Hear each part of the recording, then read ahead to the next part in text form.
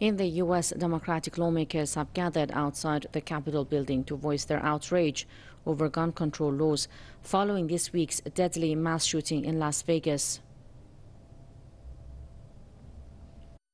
How many more must die? How many mothers and fathers, sisters and brothers, sons and daughters, husband and wife? Tell me what? Tell me and tell us. What is the number? How many more dead bodies will it take to wake up this Congress? The Democratic politicians protested over what they see as the lack of action from Republicans to crack down on gun violence. This comes as House Democrats say GOP lawmakers are preventing appropriate gun legislation in the country to prevent such attacks. Separately, a pro-gun control organization called Moms Demand Action also attended the event. They stressed that a ban on assault weapons would save lives in the U.S. On Sunday, a gunman opened fire on people at a concert in Las Vegas, killing at least 59 people. The assailant, identified by police as Stephen Paddock, used high-caliber assault rifles in the attack. For more on this, let's go live to Ontario, Canada, to talk to Jason Unruhe, political commentator and analyst. Mr. Unruhe, thank you so much for being with us here on Press TV News. So, what is really preventing the U.S. Senate from passing tighter gun control laws? I mean, even after what happened in Las Vegas, the U.S. President Donald Trump has said there will be no changes to gun control laws, and also he embraced the pro-gun community and its advocates during his 2016 presidential campaign, while earlier during Barack Obama's presidency. As a businessman, he was supportive of plans to tighten gun control laws. So what is happening in the U.S.? Well, the pro-gun lobby has an extraordinary amount of power in the U.S., and it should also be mentioned that the desire for free access to firearms is very heavily ingrained in the psyche of the American people. You know, their Second Amendment is the right to bear arms. This is one of the, it's part of the Constitution. It's the foundational document of the United States. This is considered one of the most sacred tenets of the entire country, which is why it's placed so very high up in the Constitution itself. The United States is a country that has a very unique culture and a very unique mentality when it comes to the use of firearms by civilian populations.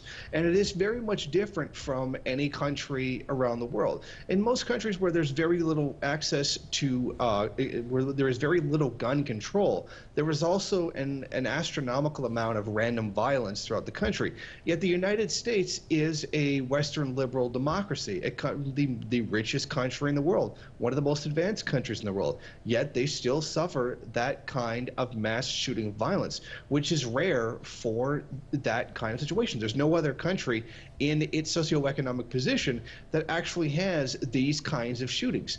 And it should be noted that the NRA and gun manufacturers have a very strong tie to the Senate, to the House, to the White House.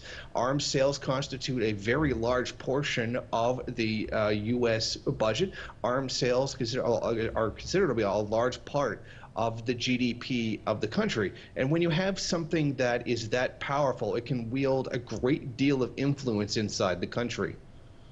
Mr. Unruhe, following what happened, the latest mass shooting, which is called the worst mass shooting in U.S. history that we witnessed a few days ago in Las Vegas, we just had Democratic lawmakers calling for tighter gun control laws, questioning how many more lives have to be lost, while on the other hand, Republicans have apparently pushed back on a Democrats' call for tightening gun control, calling their demands premature and saying let's not politicize this incident. Is this really premature and too early to call for tighter gun control laws in the States? Well, I don't think that it's too early. I mean, the very idea of gun control in the U.S. is predicated on just these such incidents. And that when these incidents take place, I mean, they're obviously linked to an access to firearms. Whether one does agree with gun control or opposes gun control, These kinds of shootings are definitely linked to the access of firearms to individuals. I don't believe it's too early to politicize it. This is an issue that is already highly politicized. So when there's a manifestation of this struggle that takes place in public, as it very often does in the U.S., not just this shooting, but 273 other mass shootings that took place this year, well, it's certainly something that is, very significant. It's something that should be paid attention to, whether one does oppose or support gun control in the United States. It's almost a political act in itself. So to deny the political context to this, it doesn't really make much sense to me. Okay, thank you so much for your time and your thoughts.